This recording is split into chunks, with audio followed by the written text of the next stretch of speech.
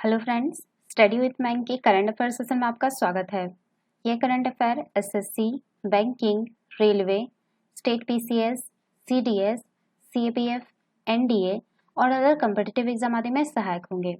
आज की डेट है 26 जून 2021। तो चलिए आज का करंट अफेयर शुरू करते हैं। आज का पहला प्रश्न है, S&P ग्लोबल रेटिंग्स चालू वित्त वर्ष के लिए भारत के वृद्धि अनुमान को 21% से घटाकर कितने प्रतिशत कर दिया है? Option A 5.5%, option B 6.5%, option C 9.5%, option D है आपका 8.5%। देखिए, S&P ग्लोबल रेटिंग्स ने 24 जून 2021 को चालू वित्त वर्ष के लिए भारत के वृद्धि अनुमान को 11% से घटाकर 9.5% कर दिया है। S&P ने कहा कि महामारी को लेकर आगे की जोखिम बने हुए हैं, क्योंकि अभी तक लगभग 15% आबादी को वैक्सीन की एक खुराक मिली है। हालांकि अब वैक्सीन की आपूर्ति में तेजी आने की उम्मीद है। वित्त वर्ष 2020-21 में भारतीय अर्थव्यवस्था में 7.3% की कमी आई थी। तो इसका जो सही आंसर होगा वो होगा ऑप्शन सी 9.5%। चलिए नेक्स्ट क्वेश्चन पे चलते हैं। भारतीय सेना ने 24 जून 2021 को कितने फ्यूचरिस्टिक इन्फेंट्री कॉम्बैट व्हीकल खरीदने के लिए RFI जारी किया है?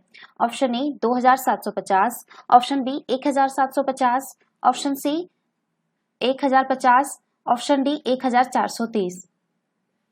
देखिए, भारतीय सेना ने 24 जून 2021 को 1750 फ्यूचरिस्टिक इन्फेंट्री कॉम्बैट व्हीकल खरीदने के लिए RFI जारी किया है।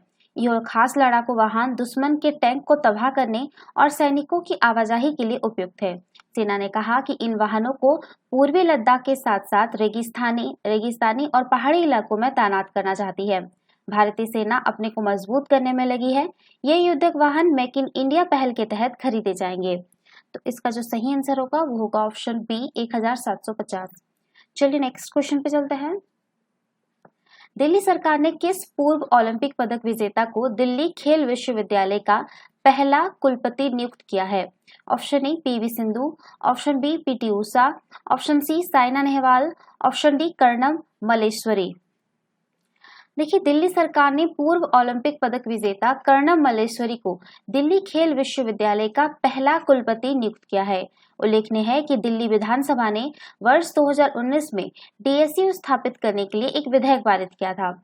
पूर्व भारोत्तोलक मल्लेश्वरी पहली भारतीय महिला है जिन्होंने सन 2000 में सिडनी ओलंपिक्स में कांस्य पदक यानी पहली महिला ओलंपिक पदक विजेता जीता था।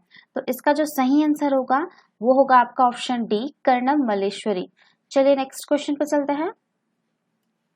किस राज्य के पूर्व स्वास्थ्य मंत्री के शैलजा को 2021 के लिए central European university open society पुरस्कार से सम्मानित किया गया है? Option A Kerala, option B Tamil Nadu, option C Assam, option D Madhya Pradesh. देखिए, केरल के पूर्व स्वास्थ्य मंत्री के शैलजा को 2021 के लिए central European university open society पुरस्कार से सम्मानित किया गया है। यह पुरस्कार उन्हें उनके दृढ़ नेतृत्व और समुदाय आधारित सार्वजनिक स्वास्थ्य कार्य, महामारी के दौरान जीवन बचाने की मान्यता में प्रदान किया गया था। वो दुनिया को प्रदर्शित करती है कि दृढ़ नेतृत्व, समुदाय आधारित सार्वजनिक स्वास्थ्य और प्रभावी संचार जीवन बचा सकता है। Central European university open society पुरस्कार वार्षिक रूप से एक व्यक्ति या संगठन को दिया जाता है जिनकी उपलब्धियों ने एक खुले समाज के निर्माण में महत्वपूर्ण योगदान दिया है। तो इसका जो सही आंसर होगा वो होगा ऑप्शन ए केरल। चलिए नेक्स्ट क्वेश्चन पे चलते हैं।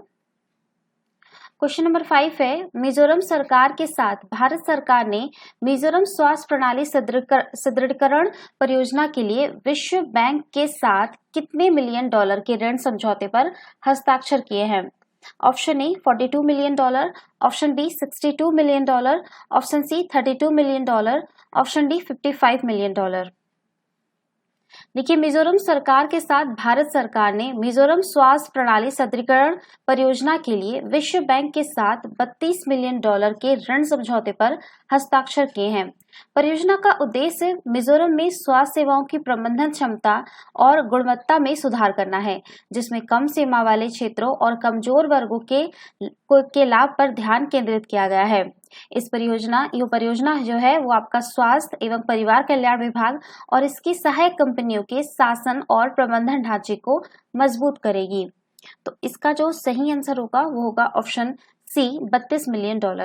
चलिए नेक्स्ट क्वेश्चन पे चलते हैं। क्वेश्चन नंबर 6 है, वैश्विक प्रौद्योगिकी ब्रांड वन प्लस ने हाल ही में किस क्रिकेटर को अपनी वेरेबल्स यानी घड़ी जैसी पहनने वाली एक उत्पाद है उसकी कैटेगरी का ब्रांड एम्बेसडर बनाया है? Option A Virat Kohli, option B Jasprit Bumrah, option C Rohit Sharma, option D Mahendra Singh Dhoni. देखिए, वैश्विक स्मार्टफोन ब्रांड वन प्लस ने हाल ही में घोषणा की है कि उसने भारत के स्टार क्रिकेटर जसप्रीत बुमराह को अपनी वेयरेबल्स यानी घड़ी जैसे पहनने वाली एक उत्पाद है उसकी कैटेगरी का ब्रांड एम्बेसडर नियुक्त किया है। वन प्लस वेयरेबल कैटेगरी में वन प्लस वॉच शामिल है, जो वन प्लस की ओर से पहली ग्लोबल स्मार्ट वेयरेबल डिवाइस है। तो इसका जो सही आंसर होगा वो होगा ऑप्शन बी, जसप्रीत बुमराह। चलिए नेक्स्ट क्वेश्चन पे चलते हैं। क्वेश्चन नंबर 7 है आपका, अंतर्राष्ट्रीय नाविक दिवस निम्न में से किस दिन मनाया जाता है? ऑप्शन ए 10 जनवरी, ऑप्शन बी 12 मार्च, ऑप्शन सी 19 अगस्त, ऑप्शन डी 25 जून। देखिए, दुनिया भर में वाणिज्य एवं आर्थिक प्रणाली में नाविकों की अमूल्य योगदान को मान्यता देने के उद्देश्य से प्रतिवर्ष जो है आपका 25 जून को अंतर्राष्ट्रीय नाविक दिवस का आयोजन किया जाता है।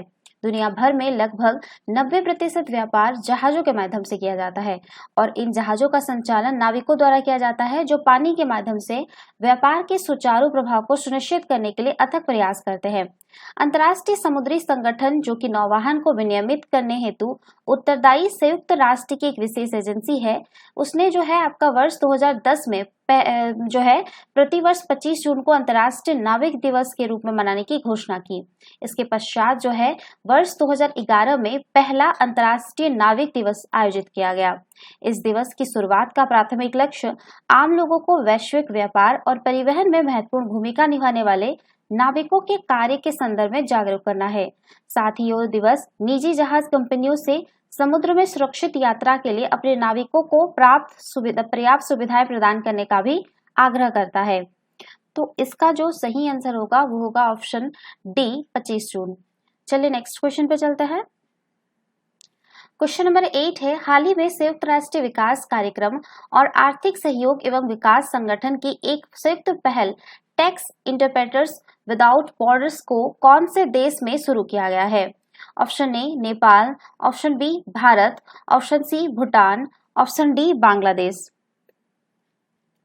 देखिए, हाल ही में जो है आपका संयुक्त राष्ट्र विकास कार्यक्रम यानी यूएनडीपी और आर्थिक सहयोग एवं विकास संगठन यानी ओईसीडी की एक संयुक्त पहल जो है वो टैक्स इंस्पेक्टर्स विदाउट बॉर्डर्स को भूटान में शुरू किया है। भारत को इसमें जो है भागीदार के रूप में चुना गया है। भारत ने इस कार्यक्रम के लिए कर विशेषज्ञ उपलब्ध करा है। यह कार्यक्रम जो है अगले 24 महीने की अवधि का है। इसका उद्देश्य कर लेखा परीक्षकों की तकनीकी जानकारी और कौशल हस्तांतरित कर सर्वोत्तम लेखा परीक्षा प्रथाओं को साझा करके कर प्रशासन को मजबूत करने में भूटान की सहायता करना है। कार्यक्रम का फोकस अंतर्राष्ट्रीय कराधान और हस्तांतरण तथा मूल्य निर्धारण के क्षेत्र पर होगा। यह कार्यक्रम भारत और भूटान के बीच निरंतर सहयोग और दक्षिण सहयोग हेतु भारत के निरंतर तथा सक्रिय समर्थन में एक और मील का पत्थर है। TIWB दुनिया भर में विकासशील देशों की लेखा परीक्षा क्षमता और बहुराष्ट्रीय कंपनियों के अनुपालन को मजबूत करने के लिए जुलाई 2015 में शुरू की गई एक संयुक्त, जो कि आपका OECD और UNDP ने पहल है इसका, इन दोनों का ये पहल है, ठीक है, 2015 से। तो इसका जो आपका सही आंसर होगा वो होगा ऑप्शन सी भूटान। चलिए नेक्स्ट क्वेश्चन पे चलते हैं। क्वेश्चन नंबर 9 है, हाल ही में कौन से राज्य सरकार के महिला एवं बाल विकास विभाग ने कवल प्लस कार्यक्रम को राज्य के 5 अन्य जिलों में विस्तारित करने की घोषणा की है? Option A Kerala, option B Goa, option C Jharkhand, option D Chhattisgarh. देखिए, हाल ही में जो है आपका केरल सरकार के महिला एवं बाल विकास विभाग ने कवल प्लस कार्यक्रम को राज्य के 5 अन्य जिलों में विस्तारित करने की घोषणा की है। बच्चों को देखभाल और सुरक्षा प्रदान करने तथा यौन शोषण से पीड़ित बच्चों को समग्र समर्थन करने संबंधी इस महत्वाकांक्षी कार्यक्रम को प्रारंभ में पायलट प्रोजेक्ट के तौर पर लॉन्च किया गया था। दिसंबर 2020 में तिरुवनंतपुरम और पलक्कड़ जिलों में इसकी शुरुआत के बाद से यह परियोजना क्रमशः लगभग 300 और 150 बच्चों तक मदद पहुंचाने में सक्षम रही है। अब यह परियोजना को एर्नाकुलम, इडुक्की, मलप्पुरम और कोझिकोड और कन्नूर में भी लागू किया जाएगा। इस परियोजना को बच्चों के साथ कार्य करने में सक्षम गैर सरकारी संगठन की सहायता से क्रियान्वित किया जाएगा। सभी जिलों में गैर सरकारी संगठन का चयन जिला स्तर पर गठित एक समिति द्वारा किया जाता है, जिसमें जिला बाल संरक्षण अधिकारी, आपका बाल कल्याण समिति के प्रतिनिधि और संरक्षण अधिकारी, गैर संस्थागत देखभाल जो है आदि शामिल होते हैं। तो इसका जो सही आंसर होगा वो होगा ऑप्शन ए, केरल। चलिए नेक्स्ट क्वेश्चन पे चलते हैं। हाल ही में international bank for reconstruction and development ने सपोर्टिंग आंध्र लर्निंग ट्रांसफॉर्मेशन कार्यक्रम के क्रियान्वयन के लिए कितने करोड़ रुपए की धनराशि की मंजूरी दे दी है? ऑप्शन ए 1550 करोड़ रुपए, ऑप्शन बी 1000 करोड़ रुपए, ऑप्शन सी 1160 करोड़ रुपए, ऑप्शन डी है आपका 1880 करोड़ रुपए, 1860 करोड़ रुपए। देखिए, हाल ही में international bank for reconstruction and development ने सपोर्टिंग आंध्र लर्निंग ट्रांसफॉर्मेशन कार्यक्रम के क्रियान्वयन के लिए 1860 करोड़ रुपए की धनराशि की मंजूरी दे दी है। इस कार्यक्रम का उद्देश्य सरकारी स्कूलों को जीवंत और प्रतिस्पर्धी संस्थानों में बदलकर बुनियादी शिक्षा में सीखने के परिणामों, शिक्षण प्रथाओं की गुणवत्ता और स्कूल प्रबंधन में सुधार करना है। इस कार्यक्रम के तहत राज्य भर के सरकारी स्कूलों में बुनियादी सुविधाओं को नया रूप दिया जाएगा। मुख्य तौर पर राज्य द्वारा संचालित शिक्षण संस्थानों में शिक्षा के माध्यम के रूप में अंग्रेजी को शुरू करके पाठ्यक्रम में सुधार, बेहतर कक्षा प्रबंधन, शिक्षकों का व्यावसायिक विकास और छात्रों को विश्व स्तर पर प्रतिस्पर्धा बनने हेतु तैयार करने जैसे महत्वपूर्ण क्षेत्रों पर ध्यान केंद्रित किया जाएगा। यह 5 वर्षीय परियोजना को शैक्षणिक वर्ष 2021-22 से वर्ष 2026-27 तक लागू किया जाएगा। International bank for reconstruction and development विश्व बैंक में शामिल एक अंतर्राष्ट्रीय संस्थान है, जिसे आपका 1945 में स्थापित किया गया था और वर्तमान में इसमें 189 सदस्य हैं। तो इसका जो सही आंसर होगा वो होगा ऑप्शन डी, 1860 करोड़ रुपीस। तो ये थे आज के करंट अफेयर। वीडियो पसंद आए तो लाइक, शेयर और कमेंट करना ना भूले। साथ ही साथ चैनल को सब्सक्राइब करना ना भूले। Thanks for watching. Have a nice day. Take care.